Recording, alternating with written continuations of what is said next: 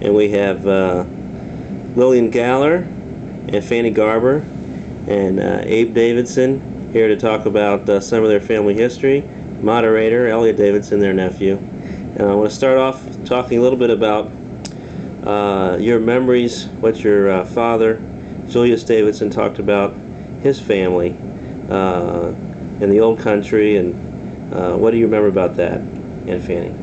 The stories he tells us is about when he was a little boy, and his father became very sick, and his mother couldn't take care of him. He had 2 younger sisters, and so she sent him to live with his grandmother in a little town outside of the little village that they lived, which was even smaller. And this was in Poland?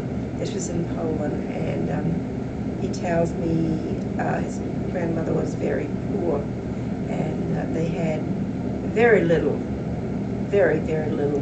In fact, he said sometimes she would send him to a different family every day to eat because there was not enough food in her house to take care of him. And he said when he was 10, his father died, and he would walk to shul to say Kaddish at 10 years of age, many miles, and no matter how cold the weather was, he went every day to say Kaddish for his father. But after his father died, his mother had him come back home, and she had to work to help support the family, and she worked in a bakery. And after he got a little older, she decided, she saw the man she worked for make good money out of the bakery, that if she could get him to train to be a baker, that he could do the baking and she could run the little store. So that's what they did. She sent him to Bialystok for almost 2 years, and he apprenticed himself to be a baker. And the thing he learned to do the best was to make bagels. He became an expert bagel maker.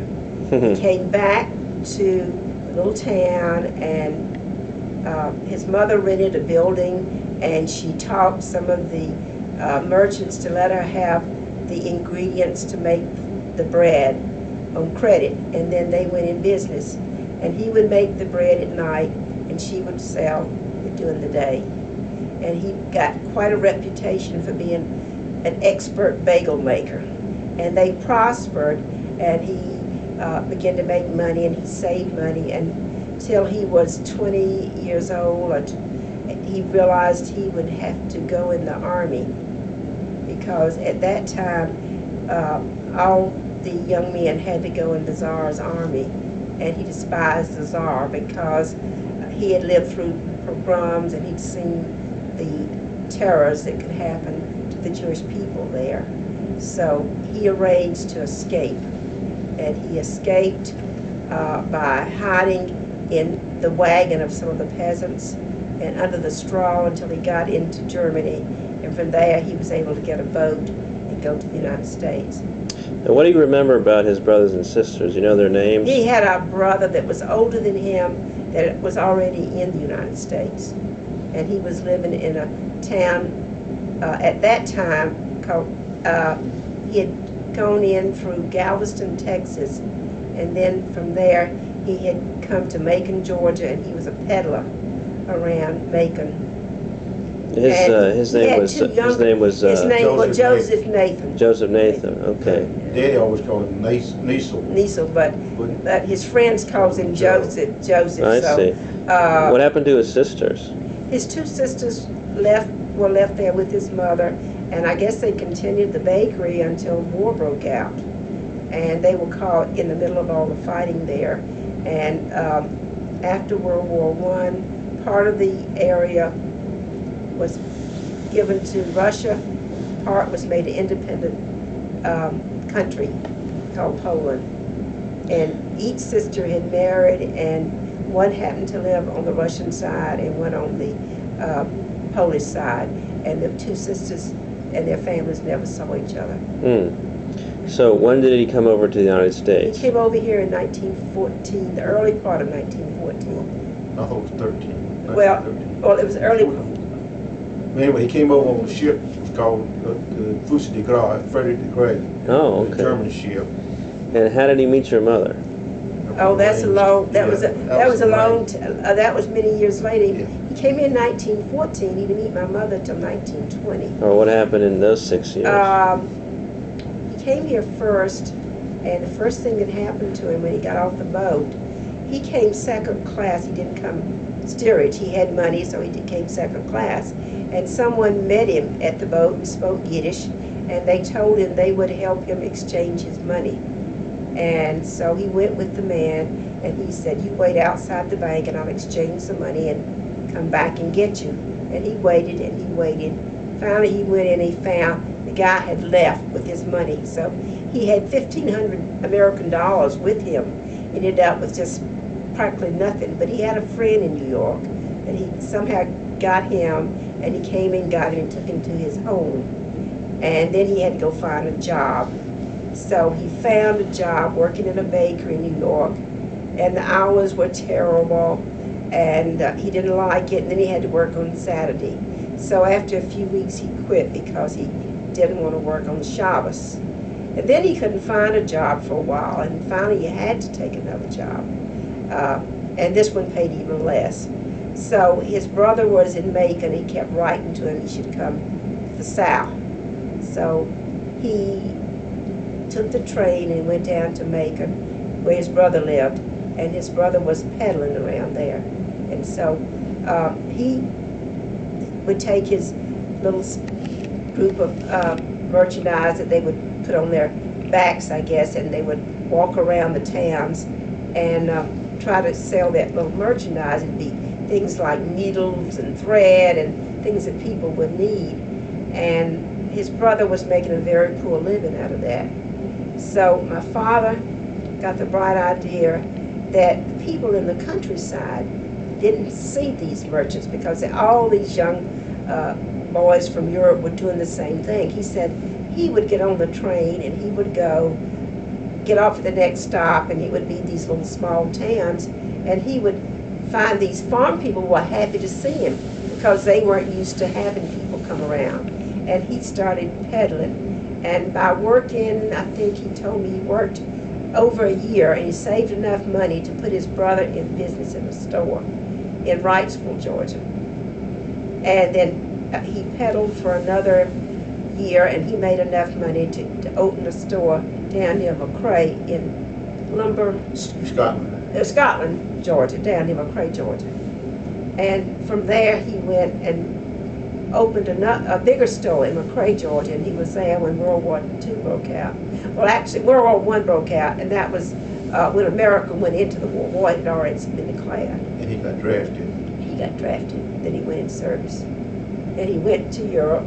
How old was your dad when he came over to the He was country? 21. He came over when he went into the Army. How old was he? When he went in the Army, he'd been in this country from 14 to about 16. 18. 17. 1918 anyway. In 1917 when he went in. And he, so he was about 21 and about 24 when you find I him. see. Yeah. Okay. And while he was in service, he became a citizen. Where did he serve? Well, he served In France. He took his training in Georgia at Camp Gordon. No, Camp Gordon in Atlanta. Yeah, Camp Gordon was in Atlanta then. And then he got sent to Europe. And when he got over there, they asked him for volunteers that knew how to use the European ovens. And he knew how to operate the ovens. So he got a job as a baker in the Army. And that was the first time they'd had him decent bread in that area. He said that the Americans didn't know how to operate the European ovens, and the bread would be burned on the outside and raw on the inside. Yeah, he was saying how the journal was throwing everybody out. He says, "Can you cook?" He says, "Yeah, I can cook." So he became the cook, and the general liked him. He liked the way he cooked. So maybe the teachings that his mom did in Poland saved his life. He didn't have to go in the infantry. Yeah, probably because his ability as a soldier probably wasn't that good, but his ability as a baker was very good. I can't imagine him shooting a gun. No. Yeah. he learned to operate the gun. He said they had to clean it and they had to keep it up. Yeah. But he said they went all that mud. He didn't like being in that mud. Yeah. He said in the trenches they had to dig fox. Well, they didn't have foxholes. They had trenches back Yeah. in World War One. Yeah. And so he stayed in France until. About 1919. Yeah, it was He got almost discharged. 19. He stayed there another year in France once the war was over with. They kept him in Paris at the office mess. Office mess. He ran the officer's He mess. was for them. staff sergeant in the mess sergeant in the officer's mess. He said he wasn't that really a good cook himself, but he could supervise the others and show them what to do. And but he was primarily a baker. He spoke pretty good English by this time. Not really good, but he could make himself understood. I see. He didn't really have that bad an accent. He had studied some English before he came to this country. He had taken classes, but his English was understandable. But he could make himself understood very good when we knew him, and I understand probably even better when he was younger. Don't you imagine, Fannie? Well, the thing about it is that neither he nor my mother, either one had much of an accent. Well, a lot of people will, if the Germans, most Germans come over and they can be here 50 years, they still have an accent. But he didn't have an accent. Maybe he had learned so many languages because he had, when he was in Europe, he said he had to learn Poland because he had to buy the he learned Polish because he had to buy material from the farmers to make his bread, and he had to deal with the Russians when, to put his money in the bank and all other kind of transactions that he had. So he hired a tutor to teach him. So what happened after the war? After the war, he had left. When he left, he gave when he closed his store in McRae, he gave half of his stock to his brother and the other half to my uncle, Jacob Kaplan. They were not related, but they were very good friends, childhood friends. And so when he came back after the war, and he said, well, I didn't die, so now I'd like to have my money back. And so they didn't have any money to give him, so they gave him merchandise out of their stores. And he said he opened a little store till he sold it all out, and he had several $1,000s, I guess $5,000 or $6,000. And he went to New York, and he was looking for a business there. And finally, he went business in Newark, New Jersey, and he opened a delicatessen. And he said the work was very, very hard, and he didn't like the cold weather. And his brother, meanwhile, had moved to North Carolina, and he was telling him this was a good place to live. It was a healthy environment, and everything was wonderful. So he sold his delicatessen and went down to High Point, North Carolina, and opened a business. He did good there for a while, but then a lot of stores started to open up, chain stores. Well, no, it wasn't as much that in High Point. Is they had like a panic in 1920 when prices just fell apart, and things got really bad. I guess it was more like a depression or recession that happened after World War I, and so he lost a lot of money. But meanwhile, he decided to move to Lenoir, North Carolina, and during all this time he was courting my mother by mail. How did he hear about your mother? She was her brother. Molly was her younger sister. Molly was married to Jacob Kaplan, His childhood friend. And his childhood friend, and he thought she was the most wonderful woman, and he admired her. And she told him she had a sister that was coming to this country, and she wanted him to meet her. So when my mother came, she got them to start a correspondence. So they corresponded for months. And during this time, they became very friendly. Their correspondence was in Yiddish. She would write him Yiddish letters, and he would answer her back. And he thought that this is a woman that would make him a good wife because she was from Europe. She didn't have the high expectations of American women, and she'd be willing to work and make him a good wife. So. And her name was Ida Fixel. Ida Fixel. And she was also from Poland. Poland. She was from Yellowstone. And what year did she come over? She came over here in 1920. After the war. Right after the war. And do you know anything about the day they met? I do know they got married in February of 21. So they met sometime before that.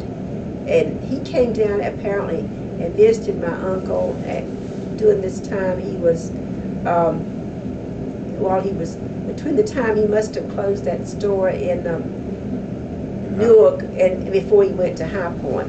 And that's when they must have met. And then they wrote to each other for several months. And meanwhile, he was in High Point and they agreed to get married, and he realized he couldn't stay in High Point. And he had rented a store in Lenore, North Carolina. But something happened while he went to get married. My uncle was supposed to make sure the merchandise was sent to Lenore, and he didn't wrap it properly, and the people wouldn't take it. And it was in the back of his store, and for some reason it caught fire, and my father's merchandise burned up. And the insurance company wouldn't pay for it. They thought my uncle had set the fire, which he hadn't. And Daddy's things weren't insured, so he lost about half of his capital. But meanwhile, he'd already agreed to marry my mother, so he went down to Augusta, Georgia. And that's where they got married. Come on in, Annie. We're joined by Annie Abramowitz Guinness. You can also say a few questions if you have any, Annie. Yes. We've already learned that our grandfather came over from Poland and promptly lost all of his money to a shyster, and then on the day that he was about to get married, all of his merchandise burned up. My father. Oh, I didn't know that. My father seemed to be one of those people that had bad luck. Bad luck followed him everywhere he went. You know, it reminds me of the comic strip, the Little Abner. There was always this guy that had the cloud over his head. Joe Schmo. Well, your dad was Julius Schlemiel. I mean Schlemazel, I should That's say. about the way his blood ran. Schmazel gets it on it. That's right. The Schlemiel spills it, the Schmazel. But one of the best things he ever did in his life was marry my mother. Yeah. And he would tell you that right away. All That right, was the best thing. So, do you have any pictures from their wedding at all? We got some pictures of them at that age, but not of their wedding itself. No, I see. And what did he tell you about their first few years together? Well, they had a hard time. Yeah, They lived very economical. And They had children real quick. They had 3 children within a period of 5 years. well, no, I had more than that. Yes. Actually, my mother lost her first child. Before Aunt Goldie. Yeah, she was I didn't about know that. 6 months pregnant, I guess. Do they know from what? She fell down a flight of stairs and she lost a And she child. lost another one between No, me and Shirley. no, she didn't. No, I was always told she lost one between me and Shirley. That's No. why it was such a big no, gap. no, she did not. That was the only one she lost. What is the gap between you and Mom? 3 years. 3 years. Well, that's a big gap. That was the biggest one of I guess all. with 6 kids, that's a big gap. but the reason I'll come to that later, Okay. okay? But no, that was the only child she Well, I lost. remember now, he was sick at the time. Yeah, he was sick, that was it. Who was sick? My My father father, he had a was- bad ulcerated stomach. Oh. He had a hemorrhage. Almost died. Almost died from it, yeah. This was. This was later between Abby and Shirley. I see. In Okay. 1928, I guess it was, he had it. Shirley wasn't born until 1930. So he somehow got together enough capital to start this store in Lenore, North And he Carolina. did real well. He took in this young man for a partner, and everything was fine till the partner got married. He married this woman who was much older than him, and she was from Baltimore, and she was an American, and she looked down on my mother because she was from Europe, and she was still trying to learn English, and the women didn't get along. So my father decided the best thing to do for them to separate. So he took a exploratory trip down to Georgia because he loved Georgia, and he met one of his old friends that lived in Cochran, and he was getting ready to move We to. go put quotation The farm. marks in and friends and Yeah, and quotation marks. this, so my father thought so much of this man, he said, I'll buy your store, and you just take inventory and let me know how much it is, and I'll pay you dollar for dollar for your stock. So they agreed on it. He had a nice stock, and he went and got my mother, and by that time he had 3 of us. It was Goldie and I and my brother. David was born in October. We moved in February of the next year. This is 1926. 1926, that's Mhm. right. And he moved, and while he was gone, the man moved all the merchandise out of the store and put in just trash. He went around buying up old stocks instead of moving it. And the stuff just fell apart. But, so, that was my father. He's, like I said, the bad luck seemed to follow him everywhere he went. Well, he was just too trusting, I think. Then. Huh? How Well, did he you know came to anything Jamaica about Georgia? when you watch the video, Yeah. We went, come back in another 2 weeks. How much stuff did he carry? He What did you carry a with lot of that? suitcases. He carried big suitcases and he carried them by hand. we've been joined by Julie Wienerman and Elaine Nemser and Later, Davy he said he got a Davidson. bicycle. I don't know how he carried that bicycle. I just want to introduce who else is in here. Anybody who wants to can ask questions. We got to the point where Grandpa married Grandma, and they had 3 kids, and they were living in Lenore, North Carolina. And let's go on from there. What do you remember about those days? Well, I don't remember that most. Let's see, I was about 21 months old when I moved to Cochran. And Goldie was 4, I guess. And David was Let's just, see, he was just born in October and they moved in February. Actually in January, they opened the store the 1st of February. So David was about 3 months old when he moved to Cochran. And my father, again, he asked his same friend that he bought the store from if he could find him a house. So he bought a house. When he got there, my mother absolutely cried and cried and cried because she had left this beautiful home in North Carolina, and for the same money, my father had bought this dump. Why did they come to Cochran? Why did Because- they choose that? Because he had That was in the fire peddled, cave. he had peddled around there, Oh, so he okay. knew the He had a area, lot he of knew the friends. friends in there. He had a lot of friends in that area. And this was his dear friend that misled him. He used to spend time with him when he was peddling. He would spend They had like a boarding house there. He left his stuff there in the man's house, and he would spend the night there when he was in Concord. So did you end up living, We had to live there because he'd already bought the house. And he wouldn't go back on his word, he said.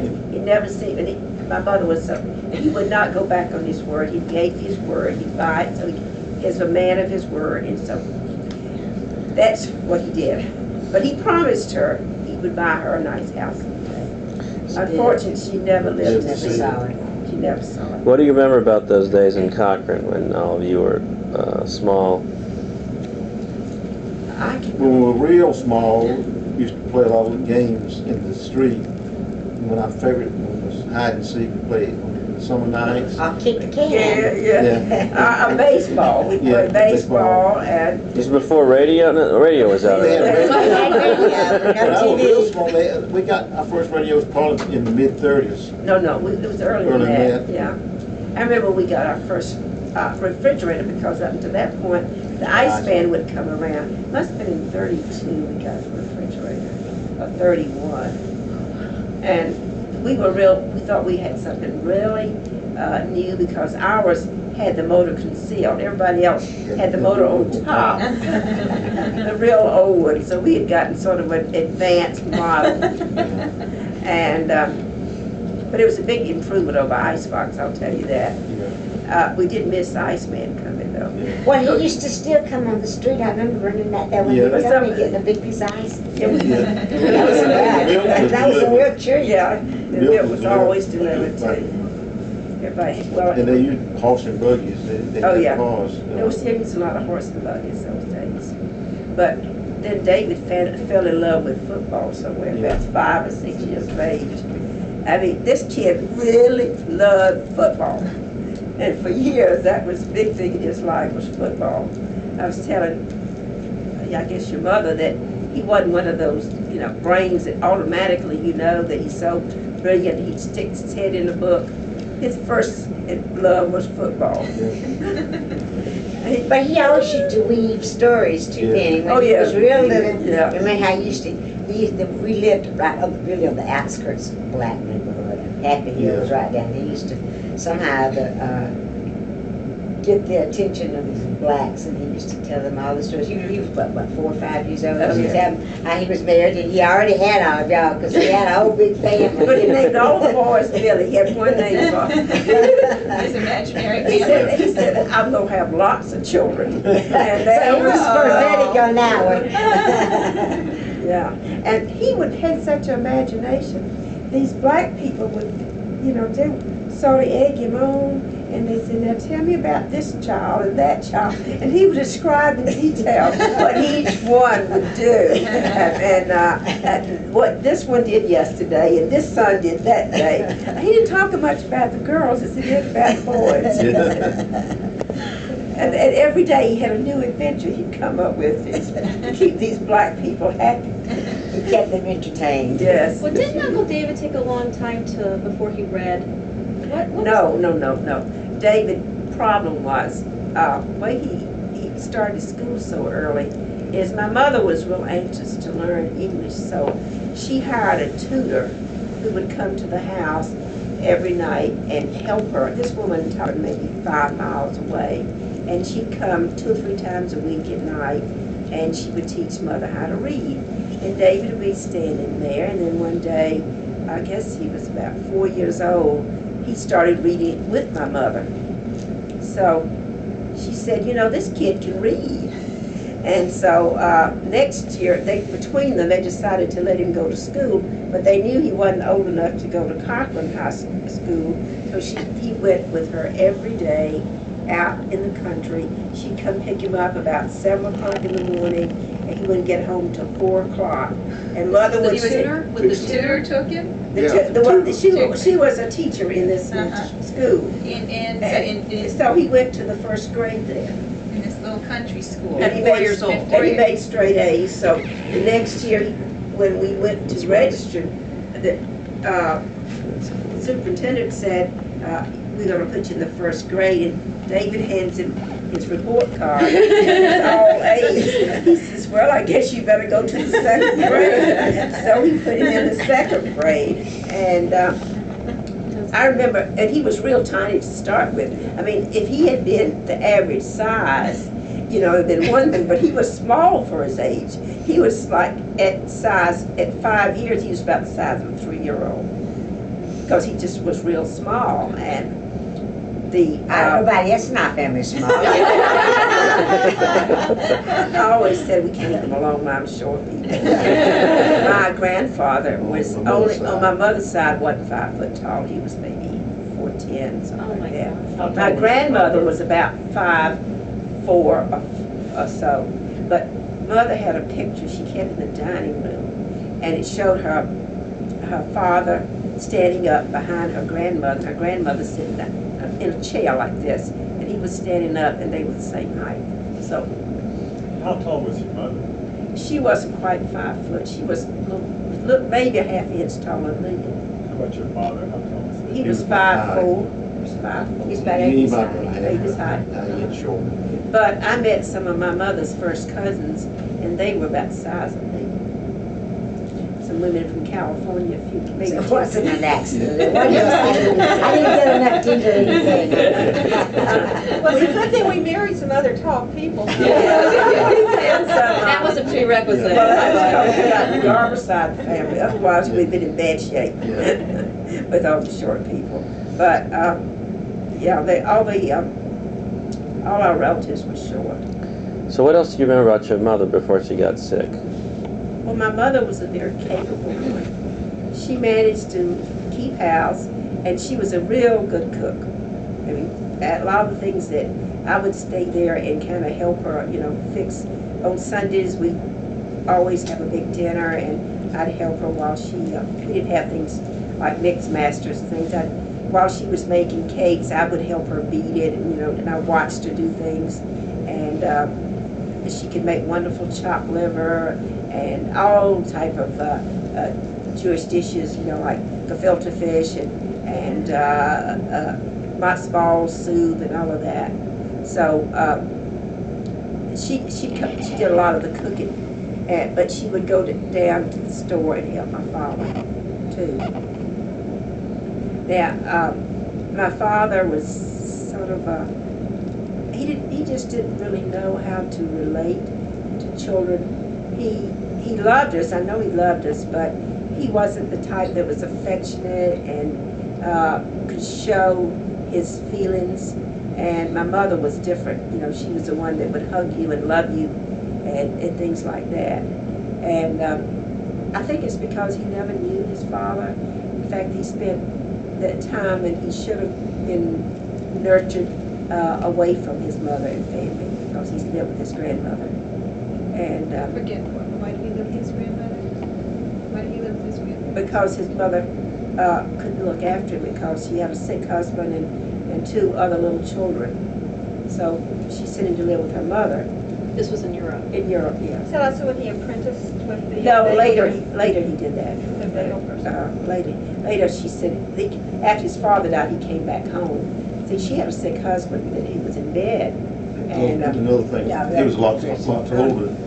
Yeah. My grandfather was lots older than my grandmother, and that was the second marriage. Third. The third marriage for Third. him, and the second, first, Okay, the what first was marriage over their ended names? in a divorce, and Israel.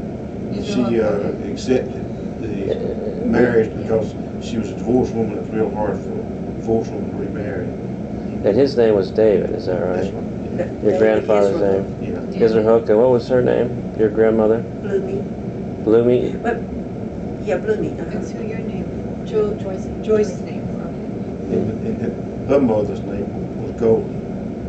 Your Your grandmother that my father lived with. I His name was see. Gold. That's why he named his first child for her.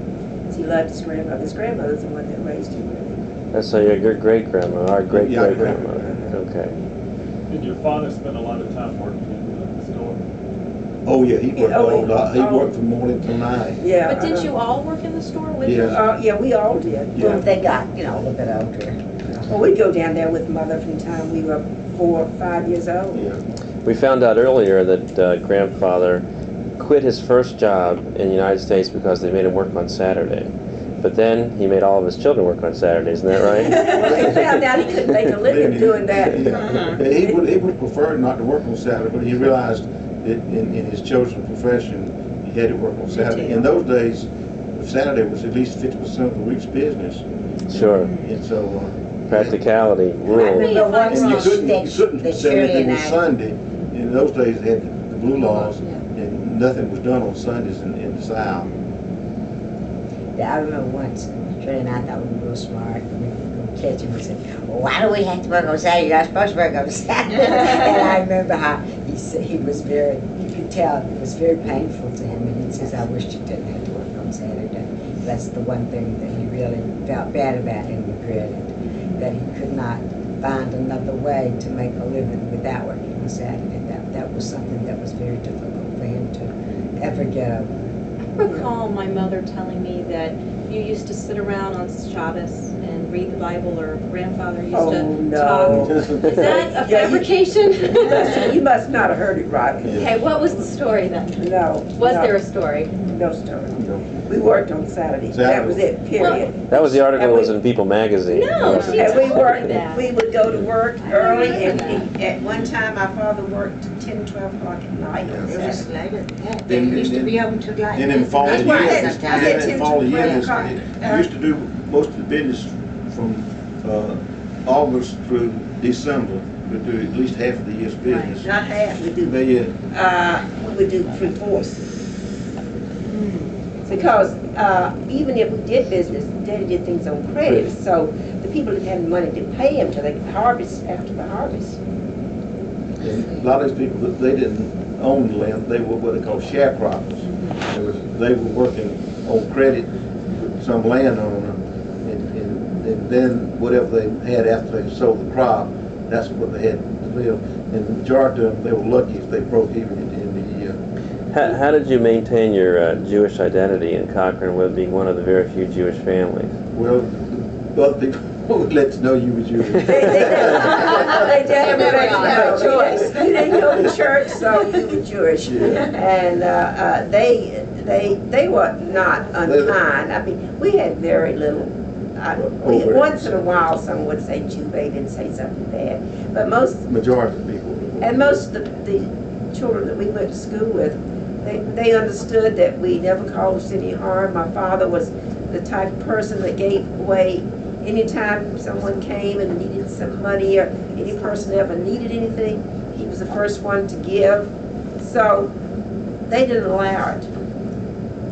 But then there was an article somewhere that said about how these small towns always were dislike Jews, but they're always protective of their Jews. And I think that was kind of what we grew up in. And we did have the 3 Jewish families there, and I think that in some ways the Lewises and the Wheats and Daddy and our families bonded almost more than relatives at that point. And they clung to each other, and through their talks with each other and their identities and their childhood and stuff, they would keep this alive. And then we always went to Macon for the holidays or whatever synagogue was. Didn't you try to keep kosher? At one time. At one time. Yeah, we kept kosher But for a the number of meat came in years. spoiled or something.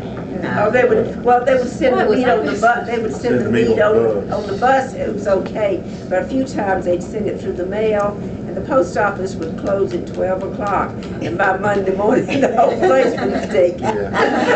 Because all they did, they'd pack it with dry ice. The dry ice would melt. But Sophie didn't want to keep kosher after that for her. That's really when we stopped. That's when we stopped. But we never really should have tried to do this. It was difficult, but Daddy would have continued if she had allowed, if she'd done it, because he really didn't want to give it up. It was something that was important to him. Yeah. I remember my dad used to say that he learned to read Hebrew from his father. Yeah, he taught him. Yeah. Yeah, he tried. And he actually read Hebrew better than a lot of people who went to Hebrew school. Yeah.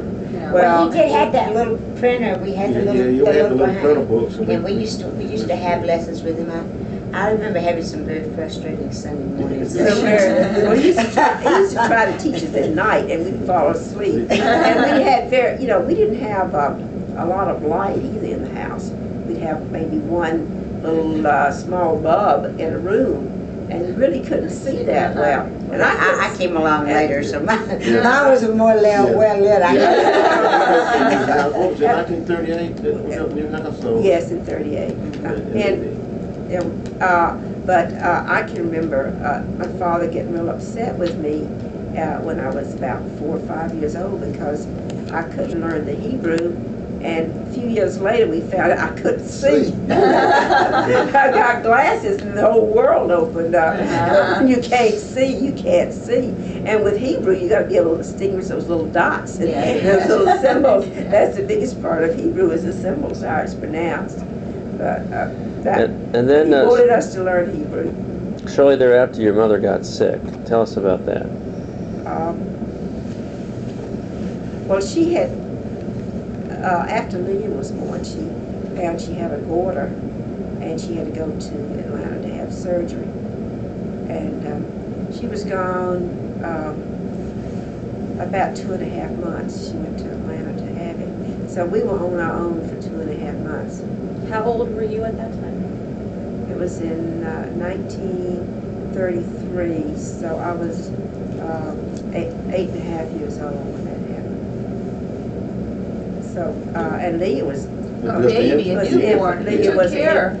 well, the maid. we had a maid. had a that worked maid. at the time. I made Flora. And Laura came to work for us when Abby was a year old. Yeah. And she used to call him herself. she never had any children of her own, so she felt that way toward them. So she was gone 2.5 months. When she came back, was she doing all right? Well, the problem was she had had her thyroid removed, and no one gave her thyroid. Didn't they have thyroid in those days? They Well, had it with the doctor. We didn't know anything about it. See, the thing about it was she was supposed to come back to him after so many weeks, and the man committed suicide and she never went back to him. And the local doctor never gave her thyroid. And we feel that's what caused her problem. She had no problems.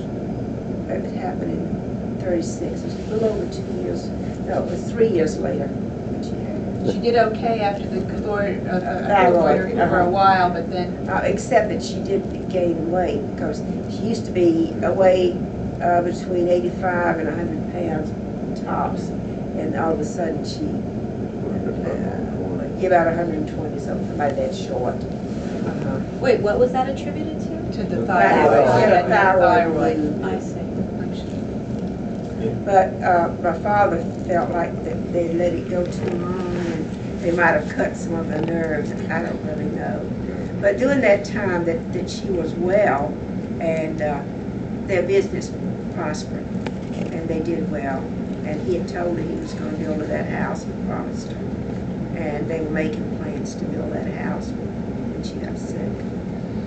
Did she just go slowly downhill, or did she No, get just acutely one day sick? overnight. But I thought she was in an institution. For 2 She was in an years. institution about a year and a half. 2 years. 2 years. Okay, so it was there that she just one day. No. No. They call all kind of treatments, some of them tried shock treatments. They tried everything but thyroid hormone, huh? Yeah. Now the But shock. in those days, the middle thing was much worse than this. Pretty primitive. Very Yeah. Kind of primitive. like what you see these horror stories in the movies. Yeah. Daddy would hear of some doctor and he'd have her taken over there and they'd keep her for 3 or 4 months and then send her back. There was a little more than warehouses. They didn't try real treatments. Now, do you know if the shock treatments were the electroshock or if they were the injection of? Electroshots. See, the thing is that if that was 1938, that was just introduced in the It United was. She States was, in Yeah, that she was one of the 1938. They first were doing patients. experiments with them. But what happened was she got pneumonia and she died from it. So it was the pneumonia that she died from? She died from it. And how old was she? 40 years years old. old. Well, I She had thought a she was birthday 36 in August and years she old. died in September. Hmm. She was 40 years old. And then, how many years did your dad stay a widower before he married Sophie? 1 year after she died. Must have Oh, been a that was- difficult year with all of you, huh? Well, I tell you, You still had Florida. well, we had her, but we just, I mean, I had to learn to cook and how to do things because, you know, on Sundays there was nobody there and had to help look after the younger ones. Daddy had us working in the store. I can remember working in the store from the time I was about 10 years old. And without our help, I don't think he could have made it. Were you Literally. and Aunt Goldie looked upon then as the mothers of the family at that point? We're And going to try to make herself like. Goldie tried to tell us what to do, but she didn't necessarily do that much. But she tried to tell everybody what she's to not do. here to defend herself. Well, she really Me did. and Lee testify. She really did. She was more good at telling other people what to do than she was doing herself. She never learned to cook. She can't do it. Did your father know Sophie very well No, before they got somebody married? arranged for Was it him an to be arranged marriage? Well, they arranged for him to Meet meet her, and she decided they were going to get married, and he didn't know how to tell her no. And the next thing we Does that sound knew, familiar? next thing we knew, they were married. Now, how did you feel with half brother and half sister coming into the family? That would have him step. Step. There's Yeah, I'm step. sorry, Step. Steph, thank you. So Yes. Bernard was, But Bernard was a pretty good kid, and Mildred, we really didn't know her because she was living away from home at the time. But, We got along much better with the them children, than with and we, her. you know, and we're still friends to this day. Right. Mildred lived at home when her husband was in service for a while, and that's when Shirley and Lillian got to know her. Didn't my mom have a crush on Bernard? I'm sure she did. She had a crush on a lot of boys. I think that was her first one. Yeah, that's. I recall her telling me. It was. Well, He wasn't aware of it. No, He was not He aware. was definitely not aware He was of not it. aware. He loved her like a sister. He did. He loved her, but he loved all of Yeah, us, I but think. actually, like I say, we got along much better with Mildred and Bernard than we did with Sophie. And I think Sophie's problem was that she felt like that the world had been real bad on her and she wanted to repay it. I think that, And you guys were the closest thing. I think if Sophie had had some counseling somewhere in her life and helped her deal with all her problems, because this is another book I'll tell you about the kind of miserable life she had. She had a lot of problems, and not all of them for her making, but I can understand why she was so bitter. But she never came to terms with any of it, and she blamed the world for her. It was easy for her to. And yet your father had a lot of misfortune, and he Yeah, didn't He had become a different bitter, attitude did he? about life, though. It was like he didn't expect anything from life, and if he got something good out of it, he was happy about it. He didn't look for anybody to give him He didn't blame other people. He didn't blame anybody else. You know, he really felt that if you were too happy and had too much fun, that wasn't quite what God wanted. That you were supposed to suffer a little bit in life. That life was not supposed to be one wonderful adventure. And sometimes we would all get to laughing and cutting up, and he would think something was wrong with us because we would enjoy ourselves. He Because didn't approve of us playing games and stuff like he used to like to play cards. He didn't approve of it. He said that we shouldn't do that. That's foolishness. So where does the sense of humor come in the Davidson clan? I don't know. David developed it. before my father remarried, we used to laugh and cut up and have a wonderful time with each other. We just enjoyed each other. We played games, and we really didn't miss not having television. Well, you had each other. I missed air conditioning. I just didn't know it. It was awfully hot in that little town. The bugs were terrible. Yeah, we would have liked to have had air conditioning. Life would have been much simpler with air conditioning. And most of the places we would go, we would walk. There wasn't such thing as getting in the car and riding anywhere. You know, Daddy didn't believe in us having a bicycle. I mean, God forbid we Yeah. should even get on a bicycle. I have roller Roller skates. skates was dangerous. Oh, that was forbidden. He told us all these stories. He'd say, there were several. There was this woman that was a cripple, and he said, "You see, she fell on the roller skates." But why was he against bicycles? Also, they were too dangerous. Yeah, we were going to fall off So and was he crack our on heads Cochran, open. Yeah. traffic. Was he overprotective? In some respects. You know, he didn't understand the concept of bicycles and roller skates. He didn't grow up with those. You have to understand that. So it was a foreign idea. It was a foreign idea, and he considered it dangerous. Swimming he loved, and that was what he allowed us to do, was to swim. He used to get that pass at the pool. That was the one advantage we had of where we lived. Yeah.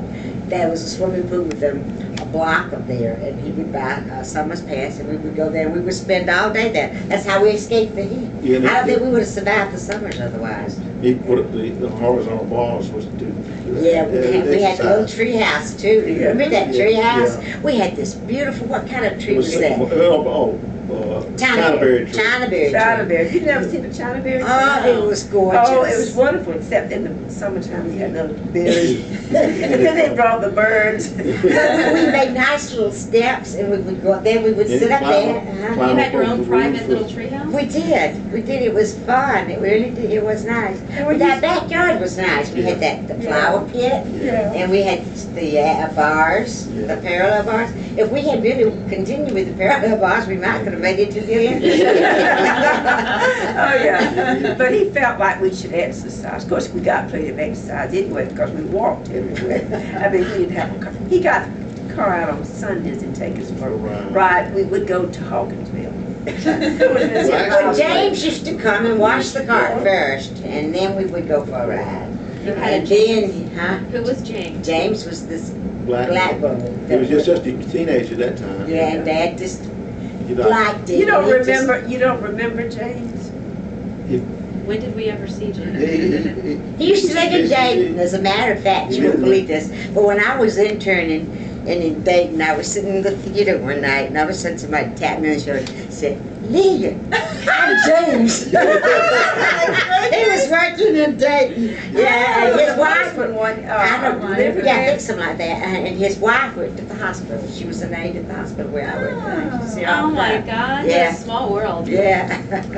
Aunt Goldie told me the story of one time he took your dad took you and Goldie and Dad to a trip to visit his uncle, his brother Nathan, and he went to, and you got some kind of toys. No, we went to visit at Nellie. His brother was dead. and Oh, yeah, And yeah, this that's was right, at Nellie, right. 1928, and Daddy had a Chevrolet, a 28 Chevrolet. And let's see, David was three and a half, I guess. Because there's a 28 Chevrolet. It may have been, we went in 29 instead of 28, but he bought the car in 28. And I remember that trip. We didn't have interstates or anything, not much paved roads.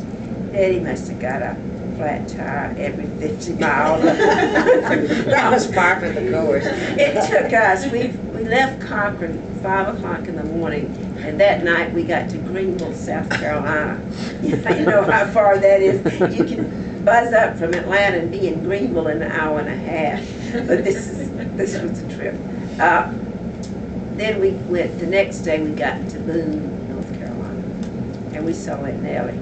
And on the way back, Daddy had a friend that lived in Morganton, North Carolina, that owned a 5 and dime store, and he gave us lots of toys. She told me his name was Nathan Ginsburg. Nathan Ginsburg, Right. that's right. And I'm sure he's dead now. He and his wife didn't have any children, so he loaded us up with toys. And on the way home, Golden and I was sitting up front with Dad, and he was in the back. And I guess it upset him because we left him by himself. And we had gone, time we got to the next town, he had thrown away every single toy we had. No. He was a little bit of a devil. For once, we never had very much in the way of toys because that was foolishness as far as my father was concerned. But he had this salesman that wanted to get on the good side of him, and every year he would send us a box of toys for Christmas. And some of them were very nice. yeah, and so one year he gave Golden and I these dolls. And in those days, the body of the doll was sawdust, and it was like a thin layer of cheesecloth over it to make the body of the doll. And we might have had it 2 weeks and came home one day, and David decided that he was a doctor and he was going to operate on it. And that was the end of our dolls. You remember the time he got the bird? No, it was the bird. Something about the bird. He was going to operate on the bird too. We found a bird, and then we thought sure he was going to be a doctor. Well, the doctors came later. Maybe it was somewhere. He kept saying he had to operate because he was going to be a doctor. What do you remember about my dad in high school? He became very studious in high school. I think after he took his first science course, he fell in love with science. Up to that point, he really wasn't that interested in school. He went, but of course he was 2 years younger than most of the children in the class. And then all of a sudden he found algebra and he found science. So he found his two loves. And became a very good student. And was very determined to do his work at that point. Up to that point, I used to have to fuss at him and say, do your homework, do your homework. And he'd say, I'm going to play football.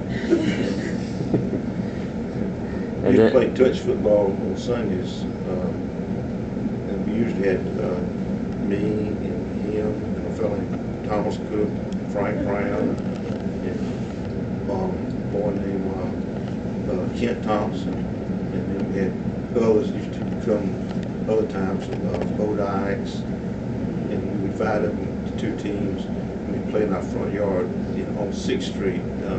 After we moved. Yeah, you moved, yeah. Bernard was there too. Yeah, Bernard was there. And then if the one was short, Shirley would fill in. That's how she got to be such a tomboy. Yeah. Did that practically every Sunday during the fall of the year. And he loved it. I remember him doing that even like when he was in the college and in the service. If he'd come home, first thing he'd do was run go get Tom and come back and they'd get him a football game. Why didn't he play on high school football? Or? It wasn't big enough. Then we didn't have football in Cochran. Yeah, they organized football after. Yeah, they started the football team actually. I think that After was you started. finished. Yeah, they had their first like spring, the summer that I graduated. If you had to match the siblings, how would you couple them? Like, were the two oldest always together and the two youngest Yeah, together, and pretty Uncle much. Davy and Uncle Me David and together? Dave. Yeah. Me and David and Abby and me and Shirley, So yeah. that's- Yeah. It's almost And then natural they had because us it's in two the girls. house and When here. Daisy got a little bit older, he kind of, me and him didn't pal around quite as much because he had his own friends that were near his school class. And although I wasn't but a year and a half younger than him, I was 3 years behind him in school. And, I see, because he was put ahead. yeah. Isn't it true that Dad didn't grow till he was in the Army? Already, After he finished high school, he was, he was still growing when he went in the army. my father told the story that when he came back from World War I, that he couldn't find a suit to wear.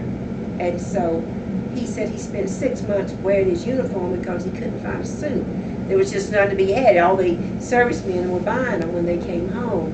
So he made David go out and buy a brand new suit of clothes. I think he paid $35 for that suit. And he put it in the closet and said, when you come home, you're going to have something to wear. When David went to the Army, he weighed 105 pounds and he was 5'5" at the most. He came back at his height, which was what, almost 5'9" or so. 5'9", And he yeah. weighed 140 pounds, so there was Amy enjoyed it. Amy enjoyed it. He had the same problem. He still was wearing his uniform for a few weeks and months till he could get a suit. And then everybody would say, who's that tall man? We really thought he'd never grow. Yeah. But he did look ridiculous, and you see, and we had a lot of country boys in Cochran, and they would go to school when it wasn't time. They wouldn't come to school till maybe the end of October when the harvest was over, and they leave in April to start spring planting. So it took them a couple of years to make a grade. The time they got in the 8th or 9th grade, they were maybe 18 years old, and they were 6 foot something. So they was the, there was David, little David. He was 2 years younger and And really small. not 2 years, 3 years. 4 or 5 Well, years. he was younger. 15 when he graduated high school. Right. Yeah, we only had 11 grades at that Well, time. he was 18 years old. When he graduated college? Yeah, he was already. He let one quarter graduate from memory. But then he got That's when he drafted. drafted. He Yeah, got he got drafted before he graduated. So what do you remember him telling you about the Army? He liked the Army. Yeah. He found a lot of friends in the Army, and he loved his black friends because they taught him all sort of things he didn't know about. They taught him all type of, not blues, I guess, but their type of music and their songs. And coming back from the Philippines, they put you by what state you were in. And of course, every so often you had to do KP, but it was by rank. And he was a sergeant already, and so he was put in with all these Georgia and Alabama boys, and most of them didn't have any rank. He didn't draw KP the whole trip. His friends had teased him, said, okay, you're there, and you got to be with all these guys. And then after a few days on board, they were sitting there peeling potatoes, and he said he didn't have a KP duty, not one, because he was the highest ranking one in the group. But then when he went overseas, they rushed him overseas. And they had to put him on the plane, and he had to go right away. When he went to the Philippines, he drew KP for the first 2 weeks he was there. He says, I can't believe they rushed me over to give me KP every day. Now, how long was he in the Philippines? He was there. 6 months. Yeah, I think he was about 6 months. He was on his way over when VJ Day came, which was in September, August or September. He was on his way over there, and he came home the week I got married, which was May. So he made it to your wedding? Everybody Just came to my barely. wedding. He came in on the bus that night before they got married. Everybody. After the war. That was after the war. Right, I this got was married in May of 46. '46, and Joe Stern came home 3 weeks before I got married from the Philippines. Joe and David found each other in Manila. He was already over there when David got there, and my two Well, and my two brother-in-laws came home that week before we got married. So it was really a wonderful time because everybody was home when the war was over. Everybody came home with Bernard. Bernard passed Bernard away. was sent to Germany? Yes, he died in He Germany. died in Germany. He was, In what? He was in the Battle of Forest. He was in the Black Forest. It was right before the Battle of the Bulge. He was like on a scouting mission. He'd gone out to, I guess they must have had some idea that there was some preparations going on, and he'd gone out with, I guess, some other boys on a scouting mission, and they got hit by a sniper. That's what we got back. You know, that was the information. Everybody in his company was wiped out, so we don't know what went on. Yeah. The whole division got bombed up. But you know, the interesting thing is that David was on leave, and he was on his way back. We were going to didn't have really a bus station in Cochran. It just like it was a place on the block. You just pulled the bus up, and you got the tickets at the drugstore, you know. And we were, I guess, David and Shirley and I walked down. And we were waiting for the bus, and Daddy and Sophie were walking behind us, and they got lost somewhere. We didn't know what had happened, and finally somebody came and told us that they were at the drugstore. We went in there, and Mr. McVeigh had given Sophie the telephone, so we were all there with her when she got the telephone. He died on December 13th. So what'd you say? December 13th, December 1944. But she didn't find out about it until. This was in January. This was like, I think, the 7th of January. Normally they would notify them sooner, but because of the Battle of the Bulge, they didn't get all that information out. My husband was in the Battle of the Bulge. They were in Germany when he was attacked. His whole outfit was wiped out. He said with 300 men in his company, and when they found him, which was after January, he was there 20-something days, and there were about 20 people left out of that company. All of them were injured. He was half frozen, and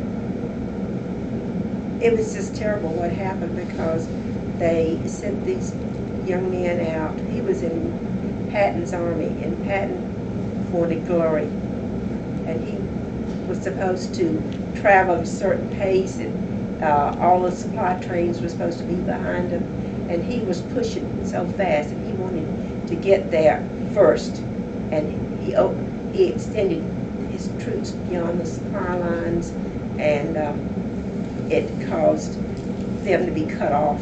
The German army cut them off. And another thing they did was they changed a lot of the signs that leading to the different villages. Just to and confused them. And that was the last big push the Nazis made. But he said he got sent by mistake into an area where there was nothing but German soldiers, and they were surrounded for 21 days until the Americans finally got through. Actually, the Red Cross got through and found them, but they couldn't build a fire. They couldn't do anything. They had no food. How'd they survive? They had 3 days rations on them when they sent them in, and they used that for the first 9 days. The rest of the time they lived on the snow. They were able to eat the snow, and some died. Some died from the cold, and Carl was unconscious when they found him, and he had double pneumonia, and his hands and feet had already started turning black, and he spent 6 months in the hospital. You mentioned your wedding. Did you get married before Goldie and Herman? Yes, I was the first one to get married. When did Goldie and Herman get married then? They got married in December of '47. Okay, so the next year. A year and a half after that. And then I remember my dad went back to school, and apparently he took a test to try to get some extra credit, and nobody believed. Do you remember this story? That was when you first started college. No, when he first started college? In Emory, no one could believe that that boy from Cochran, who was so little, and at 15 years old, could do that well on a test. And they thought he was cheating, and they made him do it. Yeah. Do Do you remember the story? I don't remember the story, but Okay. in those days, you take what's called an entrance test, and if you made a certain grade in math and English and so on, you were exempted from the first courses. And he probably exempted Was this at from Middle the Georgia math. College? Yeah, it was a standardized test for the whole system. Well, you must have told that story to my mom to impress her or something on the first day. Well, I think he did. I think he made the highest of anybody in Middle Georgia, then Bernard made the second. Yeah. They No, thought that he was is right. cheating. They thought he No. was cheating. Oh, Right. no, that was on their grades their first quarter. Grandma But he Candy has made joined the us. Hello, Grandma highest. Candy. Oh, That's there. when Bernard tied for second place. Sure, yeah, He okay. went 2 years in Middle Georgia. Yeah. and then No, he 2 didn't go years- 2 years in He Middle went- Georgia. he finished- No, he only went a year and 1/4, Yeah. and then he transferred to Emory. Emory? But he had taken enough credit to where he went in almost as a junior. You're right. To Emory. Was Yeah. Emory expensive? Yes. Yes. It was very expensive at that time. So how'd you pay for it? They probably didn't have that many Jewish kids Well, my there either father back then. had money set aside for our college. And And after all, even at Emory, it was only $800 a year. As It opposed was to At University of Georgia, it was $20,000 now, right? $150 a year tuition. Hmm. At Emory, it was $800. Well, couldn't you live at home when you went to Middle Georgia? Yes, we did. Yeah. Now, I went to college at University of North Carolina, and it cost Daddy about $600 a year. That was for everything. So then after my dad got back from the war, he went back to school Yeah, he was at in- Emory to finish up his He got a master's. his BA, and he also did his master's. But he also did teaching. He taught lab to some of the freshman chemistry students. He's like a TA, Yeah, to help his him with his. professor helped him do that, and by doing that, he was able to extend his GI Bill to last through his PhD. He did that at Ohio State. He was a TA at Ohio They State. did that too. Got there in 1948, because I took chemistry in 1947. And I he always missed it. kidded him. I says, Dave, if you ever taught me chemistry, we wouldn't be married today. It probably, if it ever taught you how to drive, you taught him instead, didn't you? Wasn't that the way? He never learned to drive. You taught him, didn't You you, know, kid? no, we drove. No, he knew how to drive. Yeah, A he little did, he bit. did. Yeah, he He drove. learned to We drive drove. alone. Yeah, he A little drove. bit. No, he drove. But then we got your dad's old Chevy. Yeah. Went off on our honeymoon to Washington D.C. Neither one of us were very good experienced drivers. I know. God was looking after us, that's all I can say. Yeah. But I thought you could drive, because he never drove because the Yeah. war came along and we didn't have gas or rubber tires, so. But I remember him driving when he No, came back he home. did, he Yeah, drove, because we both had licenses, but at the time. I Yeah. remember that. Because Dad didn't, he never did like to drive, Daddy did. And I know that when David He would made come me home, learn. he always He drive. made me learn to He drive. made David learn to I didn't learn to drive. drive till I was 21. Already finished college. I don't know when I learned to drive, but I got my license when I was 16. But I never, It was a little while later that you learned to drive. It was really interesting the way I Last got year, my, when I tell people I never took a driver's test, they don't believe me. And I said, well, I was 16 and I was young and I guess passable looking, and we had this really nice looking state patrolman give us the exam, and Bernard and I slipped off one day when Daddy wasn't in the store and took the car to get our license, and he made Bernard take this test, and Hello? when he got through, he turned around, and he and I sat in the back, Eileen? and when I Yeah, hi, turned sweetie. around Over to here me, still taping he, away. Come on now. he turned to me and he said, "You can do everything he can do, can't you?" And I said, "Sure." He gave me my license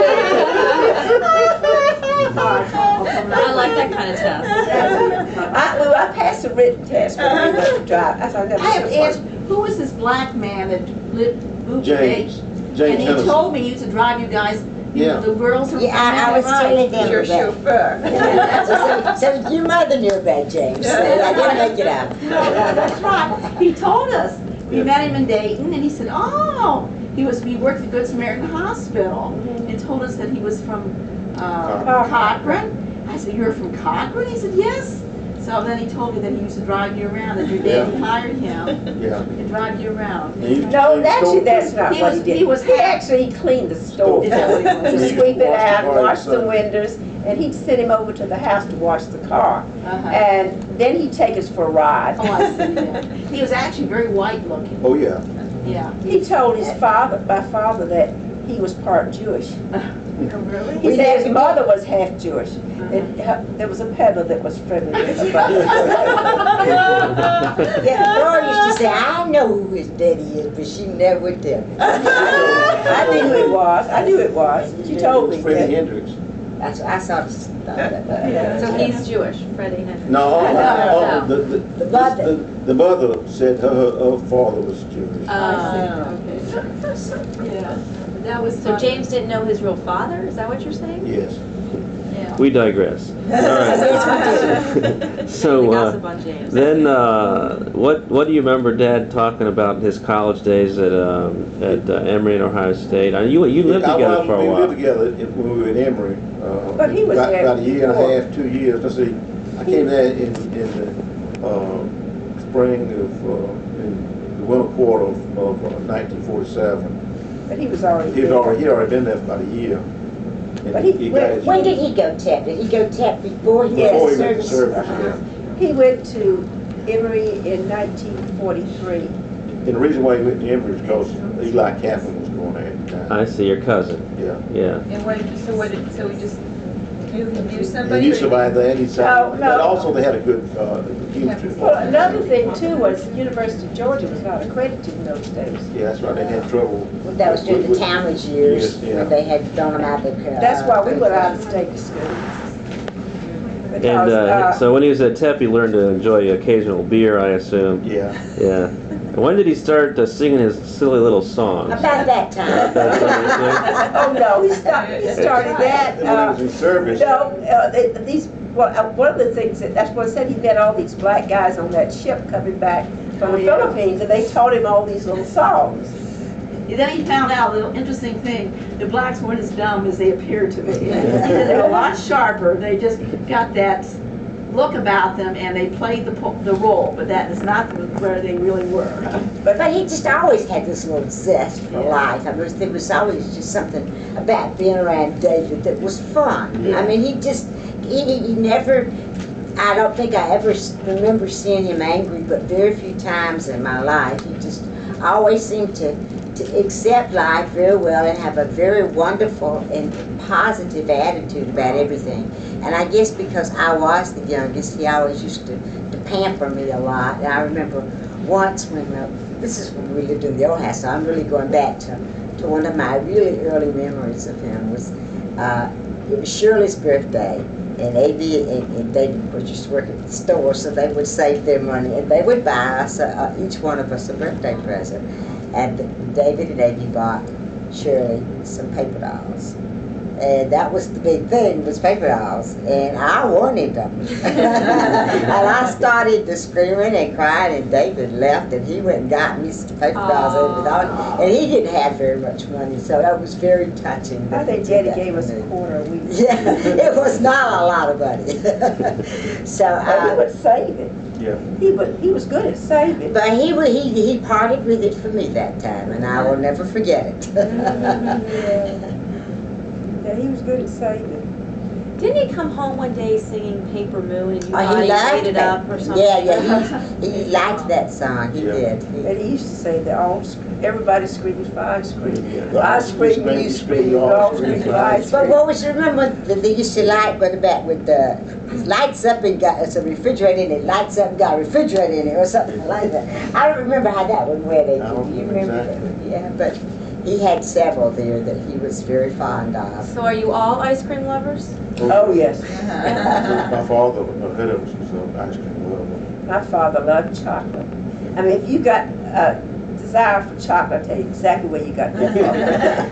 It was those Davidson jeans. Yeah, I remember occasionally that was our breakfast. We had chocolate, Hershey chocolate and milk would be our breakfast. That's right. We just clicked it. It was so much better then than it is A now. lot of times you put it into the milk and then drink the milk and then eat the chocolate. Good. My father always cook breakfast. My mother never cooked breakfast because we had a wood stove and he would have to get up and build a fire anyway. So we just tell her to stay in bed till he got the house warm and he'd have breakfast That was on Sundays. on Sundays. Because every other time he probably gone one time. No, he cooked breakfast every morning. Is that right? Because he got the house warm, Yeah, but and it would be sitting on the stove even if he was gone. yeah. I think that maybe Daddy, was David a little bit like that as a husband, can't he? He liked to cook breakfast on Sunday Oh, yeah. morning. Yeah. Grits and eggs. Oh, yeah, we had the grits. beef in. fry. Beef fry. Beef yes. fry. High cholesterol, but We that's had those. good. That's how I learned. I was the only one in my class that knew what grits was. You may still be the only one that knows what grits is. I noticed you smuggled some grits up. And black-eyed peas and boiled peanuts. Boiled peanuts. Yeah. Yeah, more And peanuts. okra. Okra and the chicken soup. Which I we can didn't remember when he was at Emory now, he was evidently a very small group in that fraternity. And they were all really, really close. And one of the things that I remember most vividly was that poem. Do you remember the poem maybe? Somebody highly insane. Yeah, they had, Called somebody had, Plains Highly Insane. yeah, somebody had written a poem about each one of them, and that was what they said about David. That was before I went to school. That was already written before I moved up. I remember that they said he was full of ambition, running over with pep, and he said that they think of him as the brain, but sometimes you'll think he's highly insane. I thought that was a very apt description of him. I think if it hadn't been for David, there'd be quite a few doctors that wouldn't be around today because he got a lot of those boys that were tapped through chemistry. That He did the same thing at Ohio State. He was their mentor in chemistry and all But those. there'd be quite a few doctors that never made it. Yeah, including Alex Dubin, Elaine. Oh, really? Yeah. I have to tell you a little aside about the grits and the cornbread, all that. I had, when I was working my program, there were quite a few black girls from New York. And we had a whole big thing on soul food in those years. That was a big thing for soul food. I said to those little New York girls, black girls, I said, I bet you I've had more soul food than you've ever eaten. And I said, my husband was from Georgia, and we had black-eyed peas, and we had cornbread, and we had grits, and we had this, and we had, and they, after I got done, they said, you know, you're right. They never quizzed me again about soul food. Your knowledge of soul food was undisputed. But Candy, when you think of soul food, they're talking about I a know. lot of the Chitlins. the chitlins and the stuff that are seasoned with pork. Oh, I know, And I we ate our black-eyed peas, but never with the streak of lean. Oh, no, I told them, I said we had everything, we didn't have any pork in it.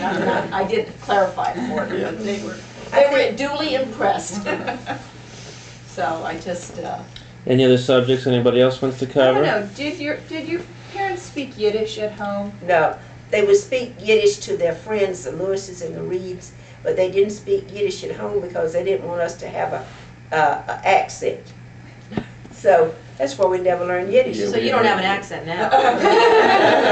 We don't know Yiddish. We don't have a Yiddish Yeah, because Ed learned Yiddish, and I keep trying to figure out why I never learned it. yeah, I was Well, wondering, they They never speak it spoke home. it. But they made up their minds that they didn't want Rust. the children to grow up with an accent because they'd seen a lot of their friends, speak nothing but Yiddish to their children, and then the children would end up speaking just like they did with an accent. So my mother wanted to be an American, so she would try to speak English at home. But when they got with their friends that wanted to speak Yiddish, then they did. And especially when they didn't want us to know what was going on. yeah, that's how I picked up my Yiddish, and they didn't want for me to know what they were talking about, and that's how I know it's certain choice few words. But that, Ida grew up in a family where they didn't speak but Yiddish. Yeah, Oh, I her see. mother knew Oh. very little English. So they spoke But her Yiddish. father spoke English, but wasn't, it was pretty broken, let's put it that way. Yeah. And they spoke, at home they spoke a lot of Yiddish. Yeah. How did your father learn to read and write English? He Well, had he- some tutoring in He had some Europe. tutoring, and my mother had tutoring. She Did she took learn to read and write English? very well. She used to read. Oh. Yeah, yes, ma'am, right. She could read better than my father, really, because she used to read novels and read the paper and read magazines in English. And although my father read the English newspaper, he also read the Jewish newspaper. Uh-huh. He didn't trust it till he saw it in the Jewish paper. Did I ever tell you when we were at Northwestern how impressed everyone was back home in Israel that we knew the Cat Sears. Cat Sears. And when I showed them a picture, they were really impressed. Is that right? I can't tell you. It seems that we were, when Michael got he graduated, Ephraim Katsir got an honorary doctorate at Northwestern along with Sarah Vaughn. And Michael had already met Ephraim Katsir and told him the connection. He said, oh yes, he says, I know. And he pointed the Goldie and the Scharfmans and he said he was there, and he said a graduate, so he invited us to go to the luncheon at the Jewish Scientists of Northwestern for them. So when we came in after the graduation, came in the backyard, one of the Michael was really impressed was all his famous biochemist teacher was there, and this one was there, and that. Michael said, look at this one, look. He was really, so Ephraim Katsir came over, we took a picture together, he and his wife, who was supposed to be very unfriendly, no one in Israel ever got to see her. She was unfriendly. Yeah, and we had a picture when I went back to Israel a few years later. I had this picture. They could not believe that we were standing there with Ephraim Katsir and his wife didn't get along Dolly. with anybody in his family, from what I understand. Yeah, she was very unfriendly. But he was at Goldie's wedding. Yes, I Was he told a her. first cousin to your mother? His father and my mother were first cousins. Mhm. You would be the second cousin. And then we got to know his uncle. Well, they're on that family tree I sent y'all. Yes. You got the family tree when it shows you exactly how we're related. But he was very nice, and his uncle, David Ben David Ben Yishai. Ishai, was Yeah. extremely nice. We had a long chat with him when we were in Israel. He told us the family connection. They all had different names. Some were Yeah. Ben They were- Ishai, some were Cohens, and Yeah, they Yes. did that. Even They- in this country, they had different names. different names. Yeah. And it was kind of confusing as to. Yeah, they adopted different last names when they came to this country. That's right, Avery did. Just to confuse us. Mhm. That's right. And some of them, changed the names when Israel became a state. They Hebraized their names. Right. Right. Mhm. But The way I understand it, the Benishais were active in that organization. What was that one that Irgun. the first one that used to do the terrorist attacks on Yes. Agana. The No. Stern Gang. Stern Gang, No. Well, it had to be one of them. Palma, maybe. It starts with an H. Haganah. That was it. And they took one name, and then the Cat Sears took another. Yeah. They were the students. They were the professors. But Well, I David think- Ben Ishai came to Israel, I think, in 1912, because he Mhm. showed me his passport. Yeah, one of his daughters, she wished he came to America instead. Is that right? That's the one that we met over there. Oh. They were- Well, I think we'll wrap it up. We can keep talking, but I Okay. want to thank Uncle Avy Davidson and Fannie Garber and Lillian Galler for their thoughts and recollections. It's been very enjoyable, and we'll now have this as a little family heirloom. And we'll talk to you later. Yeah.